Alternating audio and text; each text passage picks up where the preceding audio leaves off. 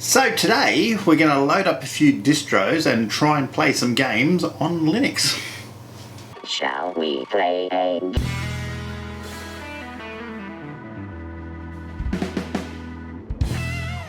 So of course one of the main things you're going to want to play is Minecraft, obviously. Well, at least I do. Which is... Oh, I just jumped off a building, which of course is a bit of a non-issue in Linux. Oh, here's some lady here. Oh, hello lady. And I just came over here to see what my lovely wife has been doing in this big world. Of course, Minecraft's always run with Linux, so that's not exactly a challenge. But over the last few years, I've really just been using Windows as a gaming machine. It's easier, especially when I want to run, this is Java here, and that's fine with Linux, but I've been also running the Bedrock version, so because I run a Bedrock server as well, even though I'm not a big fan of the Bedrock server, I do get on occasionally. Of course, in the past I used to run Linux as a daily driver, as my main machine, and I did run games on Linux back then. Some were native. I did run EVE Online, which I think had a native binary at the time. And I'm not dealing with hardware in this video, I'm just avoiding unfriendly hardware like NVIDIA. So if you're going to game on Linux, you're going to either have to run native games, which there are more of than there used to be, or you're going to have to run Windows games. And to use Windows games, you're going to have to use Wine. Wine is like a compatibility layer that allows Windows based games to run on Linux, and most of the methods of now running Windows games on Linux are going to involve Wine in some form or other. So yeah, I did install Wine on this computer. Actually, this will be the second time I've done it. I did it on the previous install as well. I just put Wine straight off the normal repositories. I then downloaded Guild Wars 2, which is a game I played. Don't need that open. Then just double click on the install, same as I would in Windows. That brings up the installer. You can then just click on install. I did this on a previous install.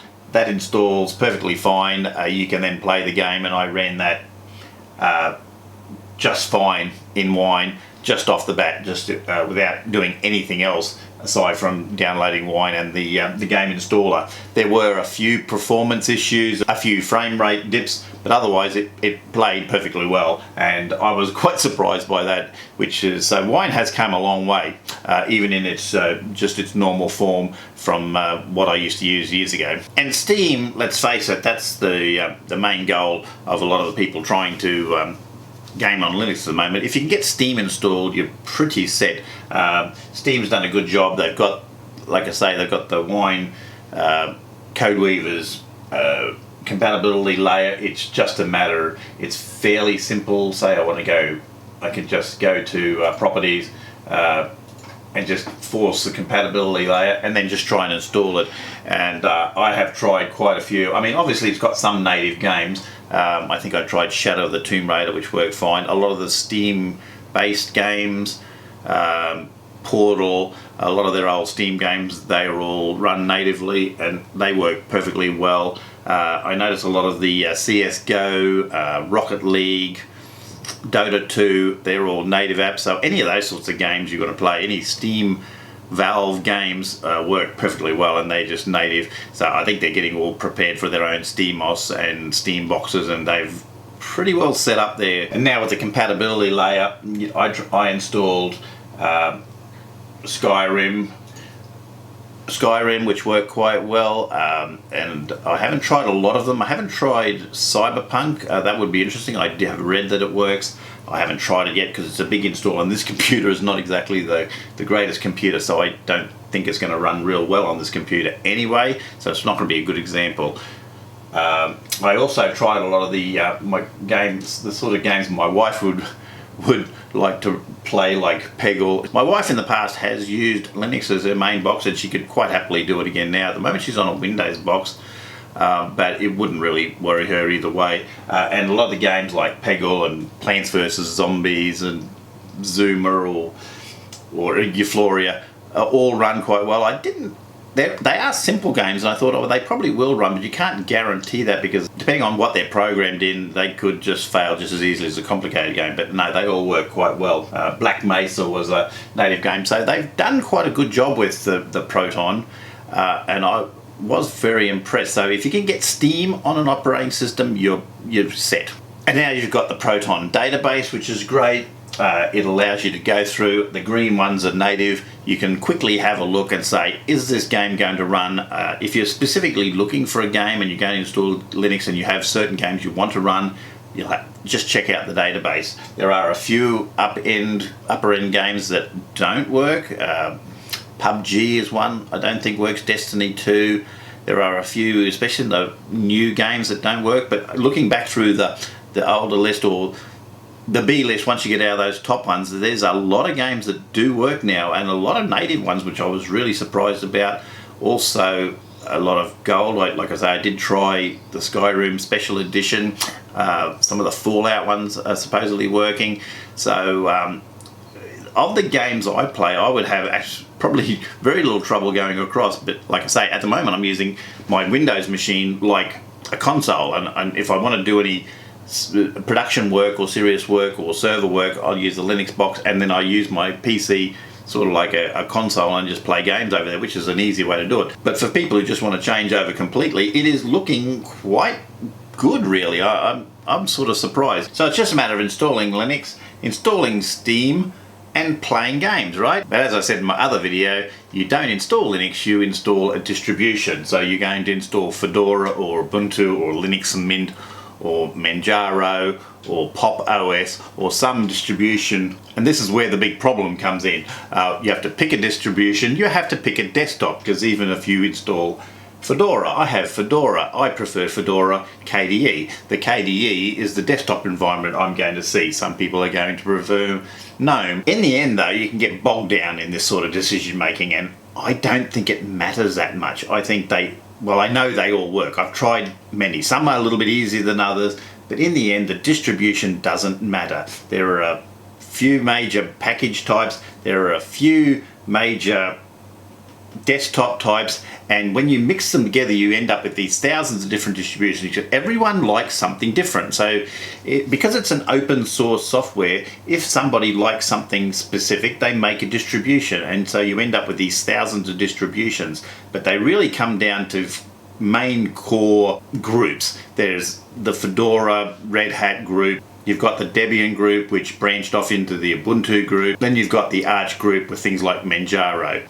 And since I have the member of a fish, I'm going to refer to my notes on this. Like I say, I broke it up into the Red Hat group, Arch group, Debian, Ubuntu group. And I picked a few distros that were common and fairly available, because really you want a distribution that has fresh packages, has easily acceptable packages, and plenty of them for your best bet. So for Red Hat, I just only did Fedora. I was thinking about some of the Mandrake derivatives, but I just doesn't seem worth it. Fedora works, and it's one of my first go-to for a Linux distribution. Arch, I did install Arch, but I don't think Arch is a good one, just straight Arch for new people.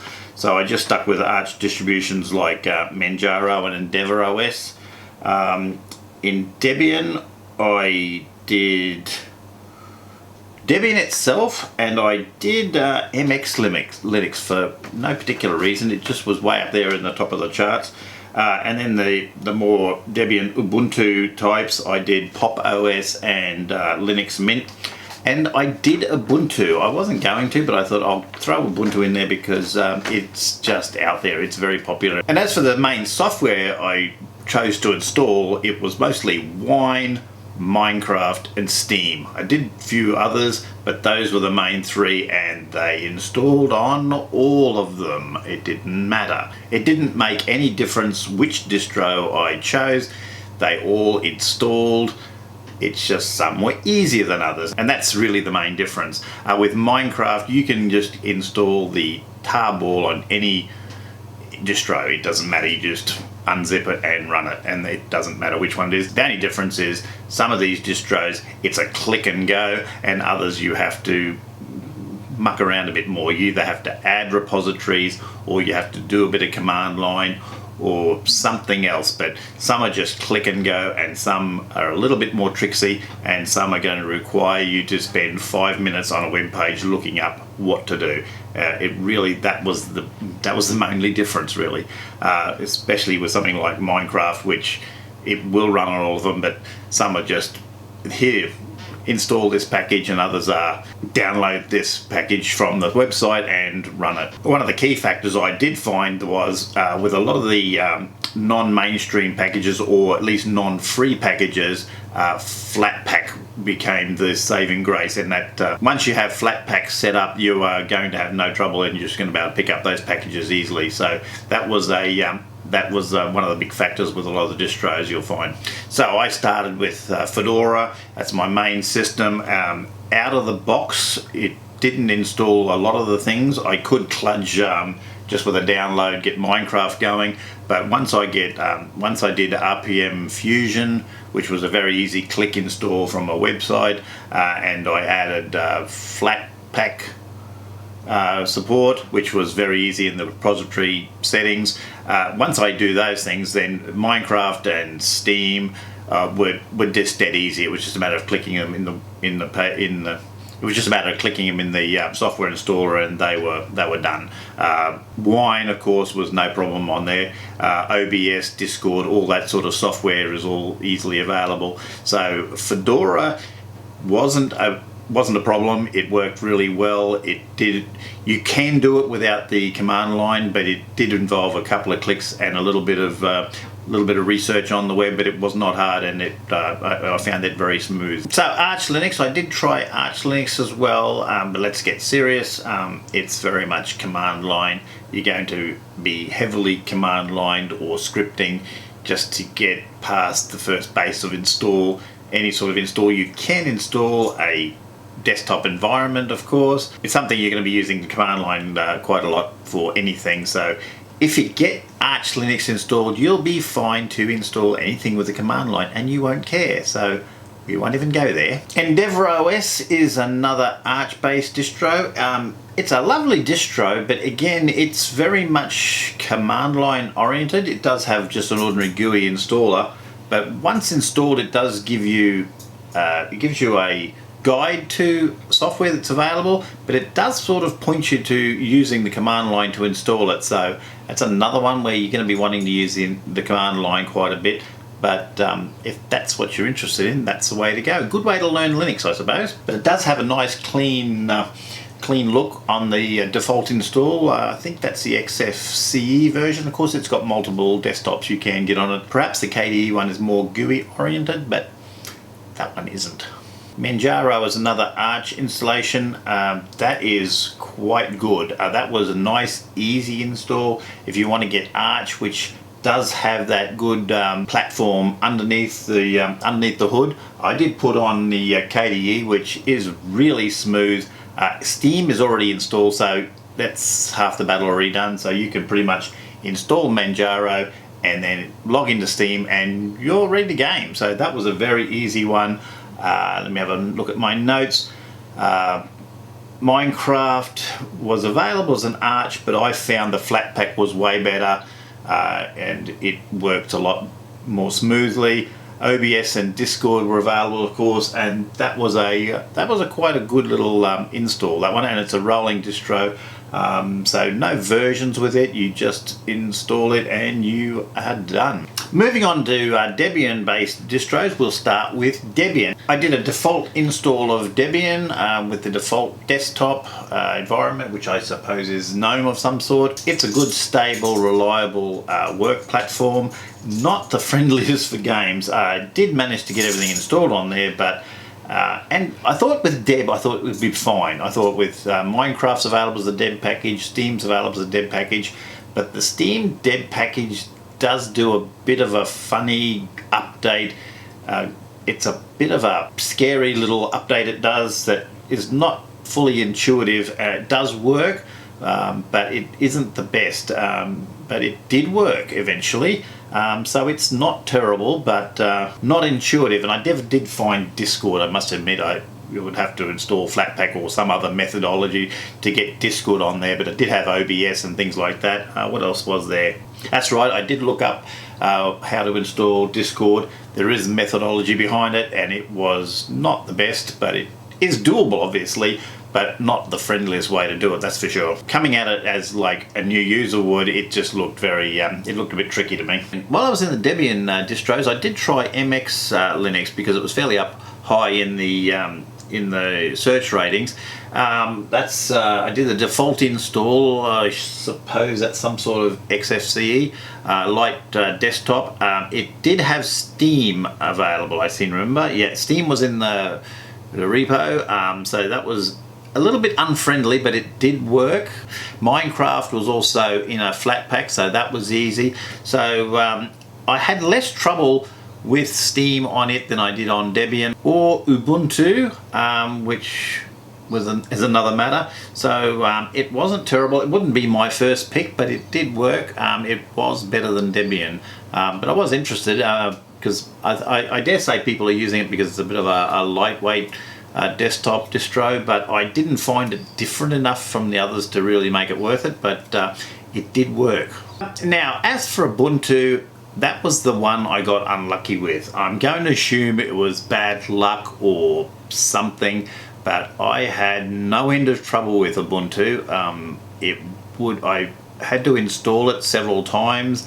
The install just wouldn't work. Then I had trouble with the package manager crashing, and it was just generally unstable. So I don't know if I just got a bit unlucky with that or what, but that was not good. I also had trouble. I had the same problem with Debian with installing Steam, that it because it used the Deb package, it just wasn't very smooth. It did work and it did install and worked fine in the end, but it just wasn't the friendliest, smoothest, most intuitive experience. Also, same with Minecraft was all right on that one, I think. No, Minecraft, I did have to just use the tarball. I couldn't figure out an easy way to do that. I probably should have looked around a bit more. Maybe there's a way with Flatpak, and actually I did go back, I remember, and click on the Deb on the website and installed Minecraft that way, and it worked fine. With Ubuntu, I tried to just stick to their main repository, which really was quite good otherwise. I mean, with the normal apps, I had no problem. They had Discord and OBS and that sort of thing. It was also interesting with Ubuntu, the first time I installed it, one time I installed it, it did have Steam in the main menus, and I thought, oh, this will be good, but then it just kept crashing and I couldn't get it to work. When I reinstalled it the next time, Steam was not there, and I had to go around about the way to get it. So I don't know, I'm going to say I had a bad experience there with a bit of bad luck. That was the 21.10, I think, 21.10 I've got written down. It did work, but wasn't a real good day that day. Now, Popos and Linux Mint I'm going to group together mostly because they were very similar in operation and ease of use and availability, even though they use different desktops, different package management systems, more or less. They are both Ubuntu based, but I think Pop uses the Pop Shop. It's more of a company centric operating system, and Linux Mint is more community, I suppose, but very similar. Steam was available on both as a Flatpak and Debian. Install problem free, especially if you use the Flatpak. Minecraft came as a Flatpak on this one. I think it might have been a Debian on Linux Mint, but both available. And both Popos and Linux Mint had easy access to things like Debian and OBS, Wine of course, but then Wine was pretty well across the board. Both have very nice desktops. That's the Cinnamon desktop. I use the default on both, and Pop, I suppose, use some sort of GNOME. I know they're in some sort of transition period. It's a very nice desktop as well. So, and obviously they are still going to get the pick for easy to install Linux distributions. Even though Linus did have trouble with his Popos, he had a bit of a bad luck and he deleted the system, which was a bit of bad luck that day. But then of course I found Manjaro to be a very good distro as well, especially since it comes with Steam installed by default it's another really good one, and it's an Arch distro, so it's a little bit different and a little bit more hands-on under the hood, but still very good and excellent distro. Very nice when you do get on the command line. It has very good updates. A rolling distro, and I really liked it as well. So and I was going to try some more distributions, but in the end I thought, well, I'm just going to find faults with some of them and annoy more people by saying something bad about their distro.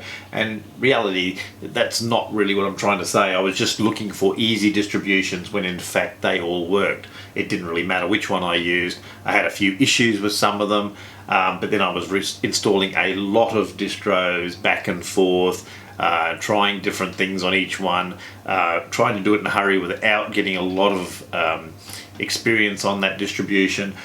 So really, I think if you pick your favorite distribution, you might have to go to a little bit of trouble with some things, but you're going to get through and do whatever you want anyway. It's just for your first distro, getting something like Linux Mint or Popos is just going to make it easier. And if you don't want to have an Ubuntu based distribution, just go for something like Manjaro, or something like Fedora was fine too if you want sort of a mainstream distro. It wasn't very hard to get going on it either. As to what I'm personally going to do, I have been using this machine quite a bit. It's not as powerful. I mean, I'm comparing a 2600X here to a 5600X. Whether I'm going to install Linux on that or not is another question. Unlikely. While I've got the two machines, it doesn't seem to be any point. I'm quite happy to run some games here. I'm quite happy to keep this as a production machine as well. And it runs Minecraft better, so I'll play Minecraft there. It also runs Episode 1 Racer, which is interesting. That's a Windows game from way back. I can run it on Steam with Proton.